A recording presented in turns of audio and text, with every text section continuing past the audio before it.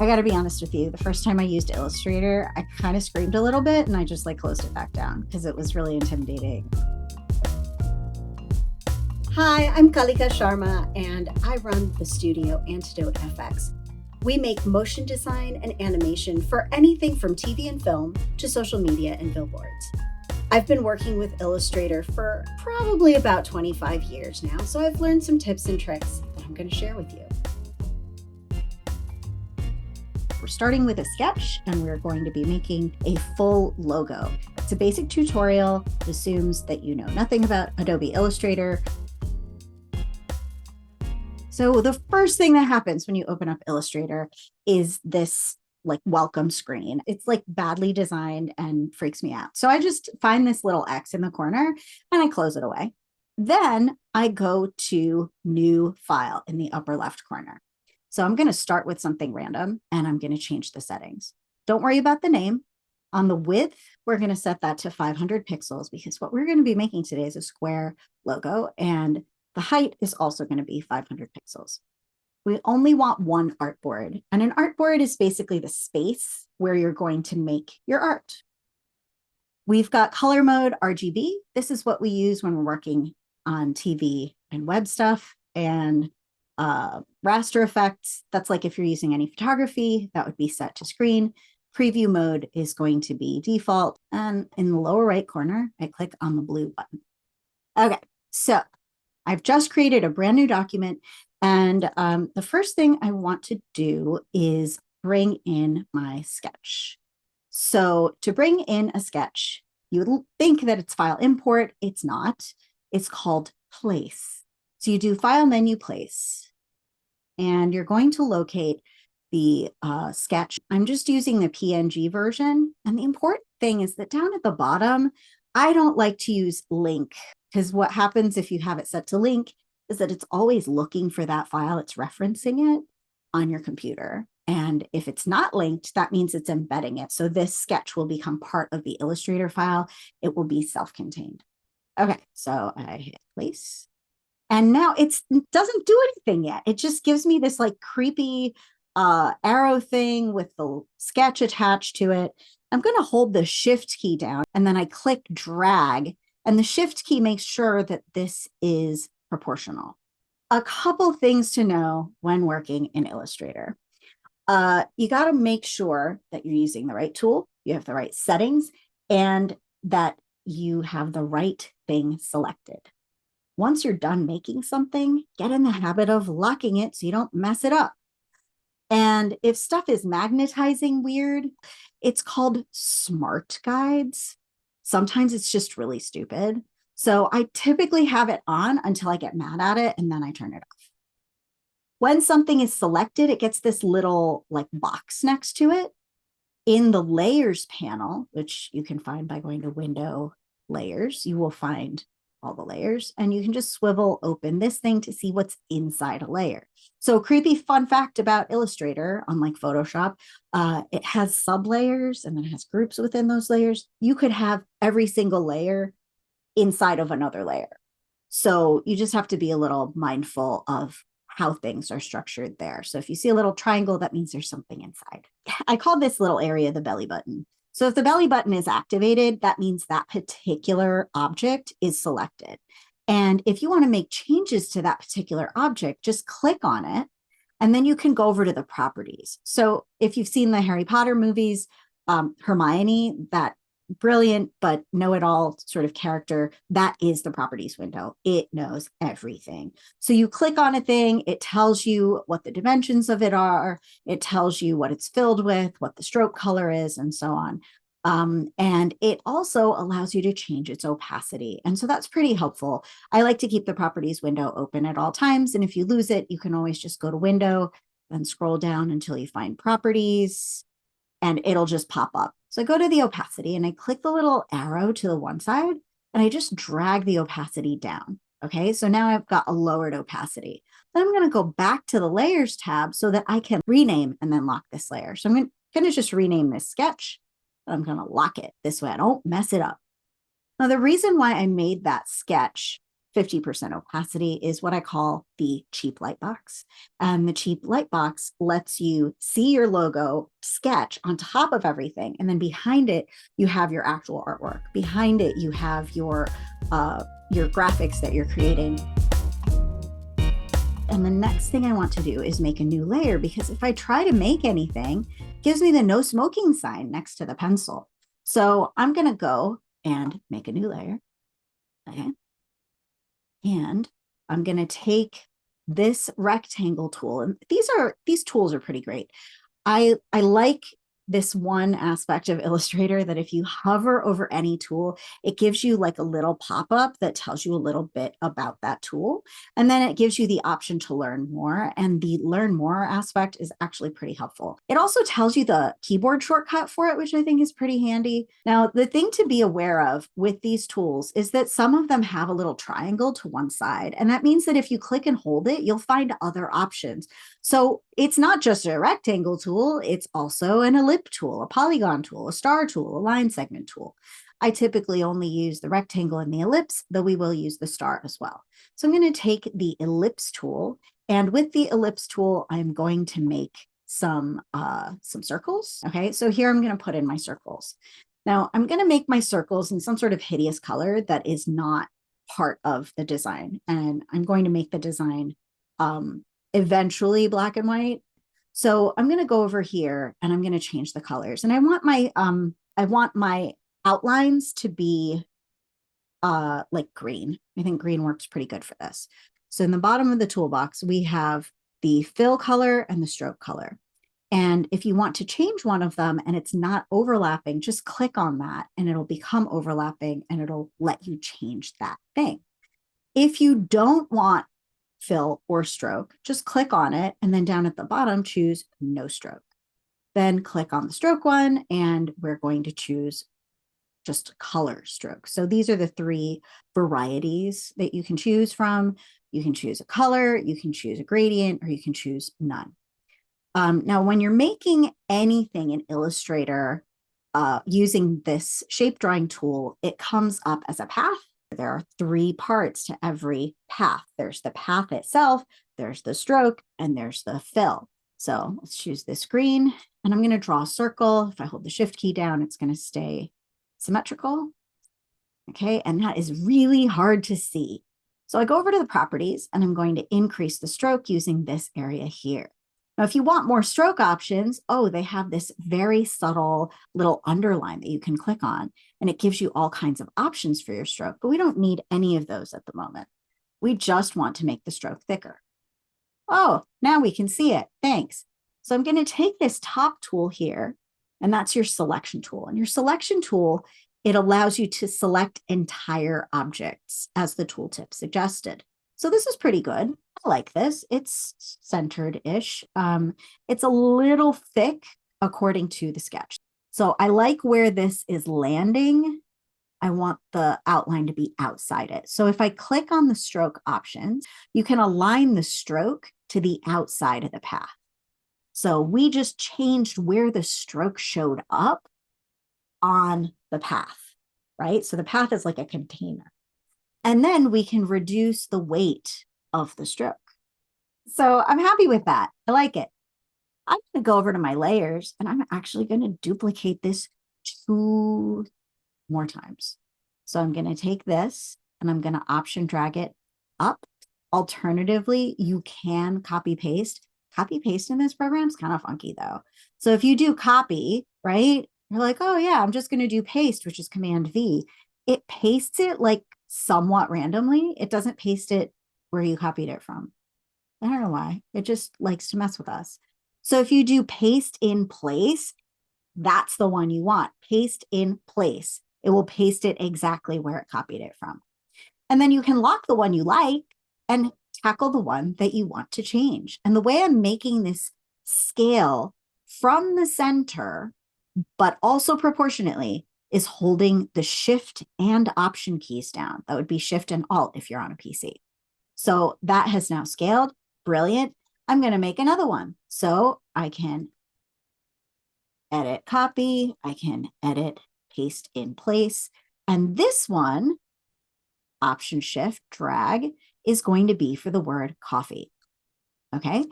Now it gets real interesting when you start to make text on a path.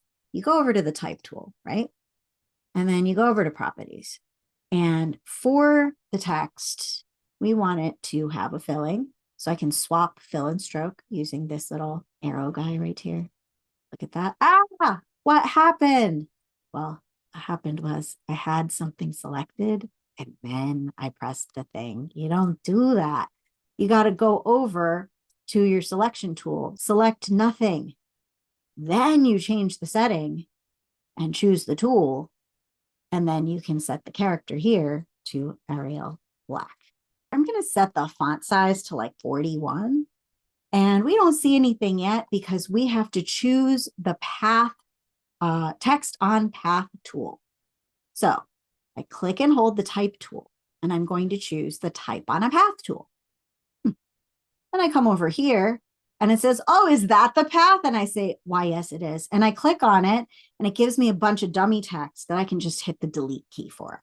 It's highlighted. So if I just hit delete right now, oh, it's gone. If I just type it in lowercase, right?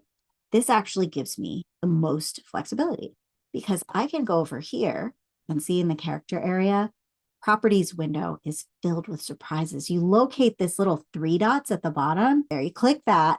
And look, there is like an all caps button. So you could click that and, oh, look, now it's all caps. So if later you change your mind and you're like, nah, not all caps, you just go boom, and it's back to lowercase. And then I'm going to mess with my text a little bit because it's not really aligning. Why? So if I come over here and I use the black selection tool, or the selection tool allows you to select the whole thing. But the white selection tool allows you to select certain things.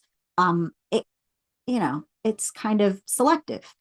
So we just grab up one of these guys and, oh, look, when I hover my mouse, it changes its nature. So if I hover on this thing, it just gives me ordinary white arrow. But if I click on this little brackety thing, I can pull it and I can like change the margins. So this is allowing me to change the location of the text on the path. Yeah, there we go. So see how it has like a line and then it has an arrow pointing to the one way. And then this other guy has a line and an arrow pointing to the other way. So I'm going to move that and then I'm going to move this. And this is just like your first margin, second margin. And I'm trying to line this up to the sketch. And if I need a little more space in between my letters, if I need the font to be a little bit bigger, I can do that here. And I'm going to increase the kerning in between the letters. That's the space between letters. I think that's all right. Good enough. I want shop to be the same sort of idea. So I'm going to come over here. I'm going to grab up coffee. I'm going to option drag it up, makes a copy of it. I'm going to lock coffee and I'm going to retype this shop. Okay. Oh, I can just use the white arrow tool and then go dee, dee, dee, dee, dee, dee. Oh no, it's upside down. So there is a trick you need to do. Go to the type menu up atop. Then I go to type on a path. Then I go to type on a path options. I know, it really makes you dig. And then over here, I say flip. And if you have the little preview button clicked, see this little box? It's going to flip the text. It's pretty nice. Okay. All right. So now I can hover and drag. Oh, coffee show. We don't want a coffee show. We want a coffee shop where we can buy coffee. So now I can make this whole circle bigger so that it lines up with the bottom here. I want to align this to the sketch with the black selection tool. I'm going to hold the shift and option keys down again, and I'm going to scale it up, right? And then you're probably like, oh my gosh, why is shop so large? I'm going to fix it. Don't worry. I unlock the coffee. I double click it and I go to properties, and properties says, well, that's 40 pixels or 40 point. Then if I double click on shop, I can come over here and just type in 40 and hit return to lock it in. And then I can use my white arrow tool to just move that. Okay. All right, cool. So our text is now done. as mentioned, I'm going to lock those two objects because I am done with them. And I'm going to come over here, click and hold and switch over to the star tool. And I'm going to use that green again, and I'm going to draw a star. So I have this one star. I'm going to option drag it 4 times for now and just move them off to where they need to be. As I drag, if I hold the shift key down, the smart object really like starts to do its job, and it says, oh, really? I will keep you aligned. So I'm going to do that. This guy going down to here. And it like snaps like as if magnetized to the other thing. Now have our stars. I will lock them. Okay, we are going to make the coffee cup, the beans, steam, and the hands. It's easier than you might think. And the way we do it is with the ellipse tool. So click and hold the shape drawing tool, go to the ellipse tool. Don't want to hold the shift key down because I want this to be an oval. Fun fact about digital design is that if you want your designs to be more personal looking, don't make them completely regular. Make them a little funky. People like that. So I'm going to fuss with the handles of this oval. So when you draw an oval, it comes with 4 points. These points are called anchors. If you click on one of them, you see these handles that show up, and the handles allow you to change the curvature. Notice right now, by default, it changes both sides of the curvature based off of that point at the same time. You can break the handles so that they move independently of each other. So instead of like a seesaw, it's going to move like a hinge. So I come over here and I click and hold the pen, and you get the anchor point tool. And that lets you break a handle. After you've broken it, you can adjust it how you see fit, and it will feel more independent of its sibling. So I go over to the selection tool. You can click on a point and move it around. And this is where my smart guides are starting to annoy me. So I'm going to click on smart guides and say, oh, bye-bye. And then I can go over here, move this and move this and move that. Okay. And I can adjust this handle here. And that looks charming. So we want this to be a bean shape. So I'm going to take my pen tool, and this time I'm going to actually draw a curve. So if I click up here and then I click here and I'm just clicking, see, just nothing's being pressed. It just makes these straight points. Now it's always ready to make another one, but if you're done, you can hit the escape key and it's just like, oh yeah, now you have a zigzag, fine. Now we can't really see that zigzag because I did not change it to a stroke. I had it still set to the bean settings. The bean was filled. So with that selected, if I just swap right here, if I just swap my stroke and my fill, now you'll see the stroke. But it's not a very useful stroke, right? It's not really the same shape. So I find it's a little like you can adjust it later. You can go over here. Grab up the anchor point tool. You can go whoop, whoop, like this. And now you have this nice shape. But that trips up some people. And I find it's a little easier. I'm just hitting delete to get this.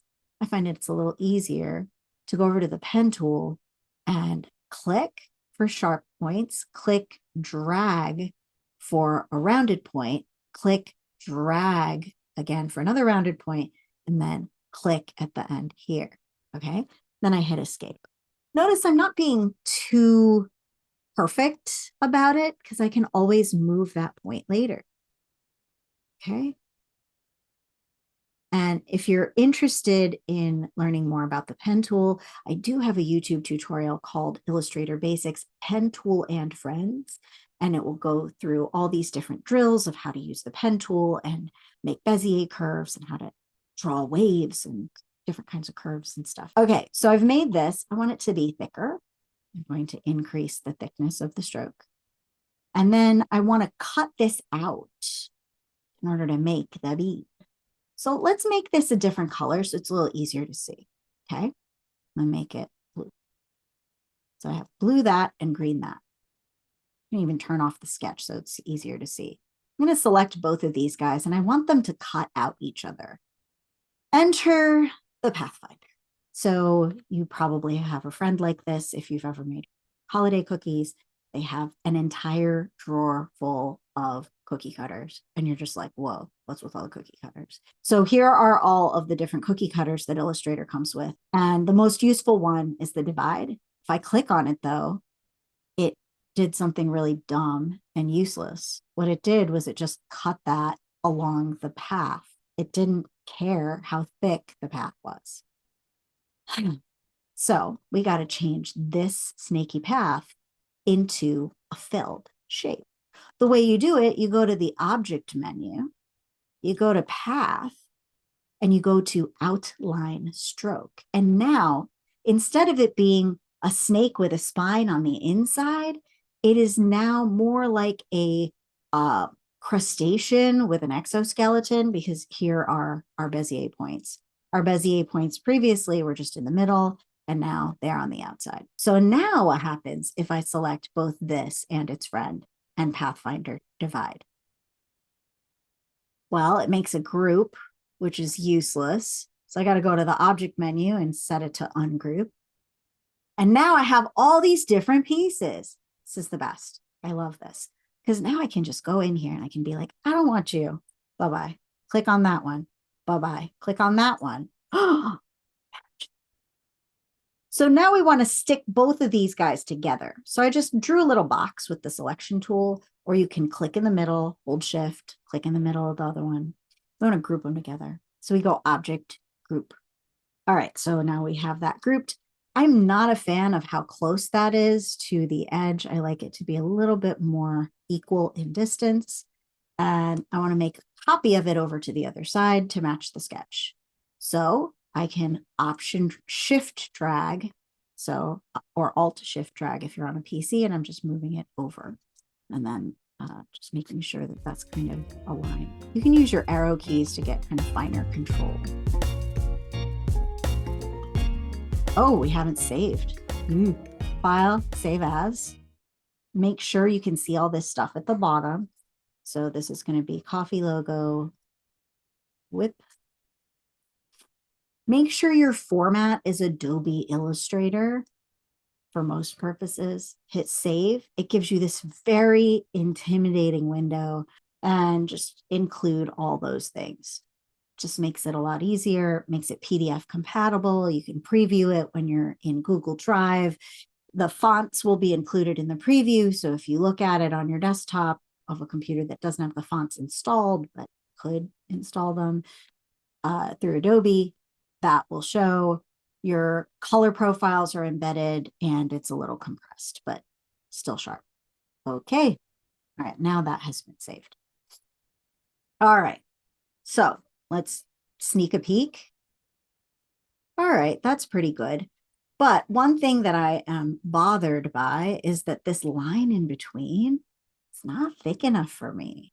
So I got to go back a bunch of steps. I'm going to go back, back, back, back, back, until I just had an ordinary path and a shape.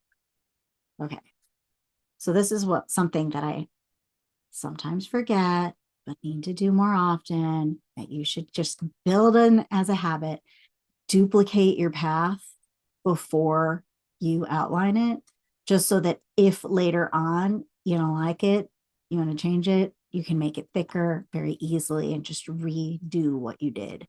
So I'm just going to option drag both of these guys so I have a backup. You could even make a new layer called backup. And I just clicked and shift clicked, drag it up to that new layer, double click, and it's called backup. I can turn up. All right, so now I can just repeat those steps really quick.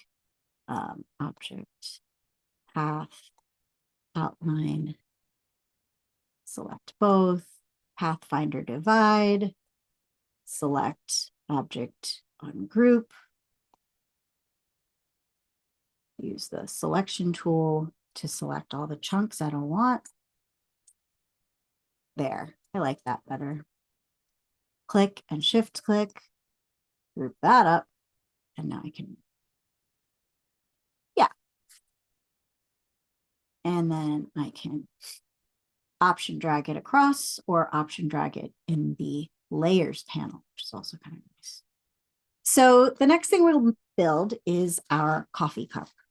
So the coffee cup, we're going to build it out of primitives. And by primitives, I mean geometric shapes. And then we're going to modify them. So I'm going to use a rectangle and I'm going to use a stroke. So I'm going to draw this as the rectangle. So the cool thing about the newer versions of Illustrator is that it has these things called magic dots. I call them magic dots because I think they're kind of awesome. So you can click on the magic dots using the white arrow tool. So if I click the object and I click the corners, so I click off to deselect, hover, click, hold the shift key, click, and now both of those guys are selected. And if I just drag, okay, now it added a couple more points, but that's not a big deal. And then I can take these two guys, click and shift click, again, still with that direct selection or white arrow tool. And I'm just going to drag inward a tiny bit, just a very tiny bit. And in doing so, now they are symmetrical. And then I can come over here, and if I want this to be just in a little bit, I can move it in. And this, I can even click on it and use my arrow keys on my keyboard to move it in. We'll see how we feel about it once I get that, that handle drawn. So let's grab the pen tool, and I'm going to go click, click, drag, click, and escape. So right over here, I'm going to click on that swap, stroke, and fill. And then over here in properties, I'm going to increase the stroke width until I get it like that. And then come over here back to the direct selection tool to just fuss with the handle and the Bezier points to make that handle. This time I want to merge these two guys together. And truth be told, there are graphic designers who would just be like, it's a cup. And I'd be like, no, it's not. I'd be like, it's a cup. No, it's not. And the reason why it's not a cup to me and it is a cup to them is because this is their end product, is the logo. For me, I'm typically animating these things, right? So I'm putting this into After Effects. I'm thinking, all right, I've got this cup and I want it to fade. And if I put a fade on something that is not a solid object, it's like X-ray vision and it looks terrible. So no, not done yet. So I take this handle and once again, I'm going to go over to the object menu and locate path and outline stroke. Oh, I forgot to duplicate it. Option drag one more time. Object, path, outline stroke. I'm going to take this guy and just shove it into backup. Okay, and then hold shift and click on the cup. And this time I'm going to use the unite option. So now it's a solid object. So the last piece says are the hand and the seam. Let's do the hand first because the hand is very satisfying. We're going to take this and just make a sharp-ish point. I'm just pulling it a tiny bit. Pull that there. And just wherever the contour kind of changes, I'm going to draw that. And I realized once again, I have forgotten to change to stroke, but I like what I drew so far. What do I do? If I hit the escape key, it ends it. And it's like, okay, now you can do what you want with your mouse. So I can come over here and swap stroke and fill.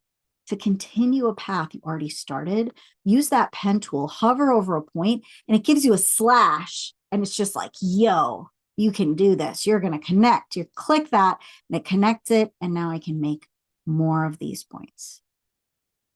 And pull that, and pull there.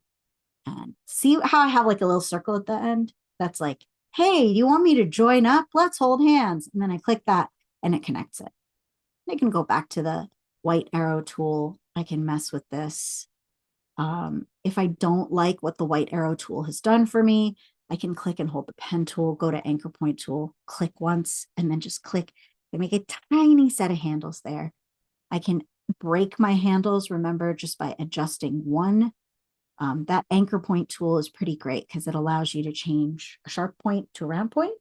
And it also lets you adjust the handles independent of each other. So they'll move like that hinge that I talked about. So right here, I do want this to be more like a hinge. And then if I hit letter A, it switches me to the arrow tool. And then I can move this so and just adjust. All right. Now that it has been drawn, I can switch it back to being a fill if I want to, which I do. And now I want it flipped. Okay, so if I go to Object, Transform, Reflect, it's not a flip, it's a reflect. If I click on Reflect, look at the stupidity. I have 1 point selected, so it's like, I'm gonna flip that one. No, that's terrible. Don't do that. So switch over to the Selection tool, the main black Selection tool. So I clicked off of everything, I clicked back onto it, and now I can tell it to transform, reflect. We want it to flip like this. So that's the vertical, right? It says preview. Yes, that's what it will look like flipped. Copy. What? I can just copy it right here. Yes, you can. So now I have a copied version of it. I hold shift and I shove it over until it kind of lines up. Yeah, that's pretty cute. Now, if I wanted it to have that same charm that Joanna's drawing had, I can just come in here in the corner with the Selection tool, just move that over, hit A for the white arrow tool, click off everything to deselect, click back on. Now I can move this and this and this. And now it's got a little more charm because of that irregularity that I'm building in. All right, that's good enough. And I'm going to make these curves now. I'm going to grab the pen tool, click and hold the anchor tool to get to it. And click, drag, click for the sharp point, click, drag, click. And then I can adjust it with that white arrow tool.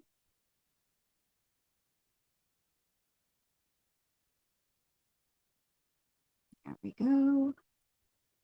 And then I can take this whole thing with the select tool and option drag it over. And then just use that as the starting point to modify the rest of it. So I'm just trying to line up this outer curve, really. So I'm going to come over here, just adjust that outer curve, bring that one in, adjust the inner curve. Okay, so the last thing, because if we look at the sketch by itself, just click on this little belly button here. It only lets you do it if you unlock it. And go Properties, increase the opacity. Notice this is cut out, right? It's cut out. So how do we do that? Well, what we would do is we would need to make a slight modification to those circles and make like a strip going across. Okay, so I think probably the best way, let me just turn that back to 50%, lock it, close it. Okay, let's lock everything else except for the ellipses. And I'm going to duplicate them both. So Option drag made me one. I'm going to put that in my backup folder. And Option drag made me another. Drop that into my backup folder. And I'm going to make a rectangle going all the way across. So here's a rectangle. And let's change that to just a regular fill. Pull that across. There I go. And just pull that down. Nice. So now I have a rectangle and two circles.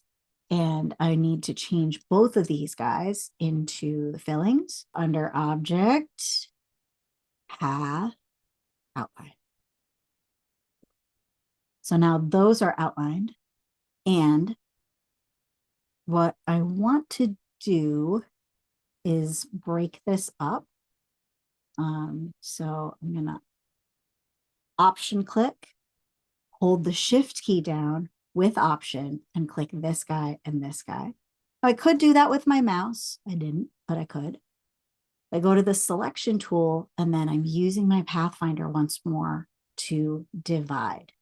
Now, the reason I'm using it to divide is because I'm going to have to kind of reconfigure different pieces to come together now. So let's ungroup that. And then obviously get rid of these bits that are on the outside. Okay. And then I want to get rid of these little guys that are on the outside here. I think we just got rid of that, got rid of that, got rid of that, and got rid of that. That actually looks kind of cute, the little levitating coffee beans there. And finally, I will just make everything be black and white. So this we want black, that we want black, these two guys. Okay. And the reason why I'm making everything black and white is because sometimes it's just a little easier to decide on colors if nothing is in color. You're not swayed one way or another. Okay. Just holding Shift to select all these guys. And now we got that. Okay. So we're not quite done yet. Definitely could use a little bit of finessing. Like, not thrilled with how that curve is a little too sharp right there. I'm just doing Command plus to get deeper in. Coffee is a little too high. I want the distance between the text here and the outer circle, the text in the inner circle to be more even. I could make the whole thing smaller, or I could just move it down like this, and that's fine. I think that's sufficient. I mean, if I was getting paid like several $1,000,000 for a logo design for Starbucks, I would definitely be more granular in how I made these revisions. But for our learning purposes, this should do just fine. And finally, we can save it. If we want to export it, we can do that using File, Export for Screens. And that allows us the option to export as PNG or a variety of different JPEG quality levels, SVG, which is another kind of vector, or PDF. Yeah, and that's pretty much it.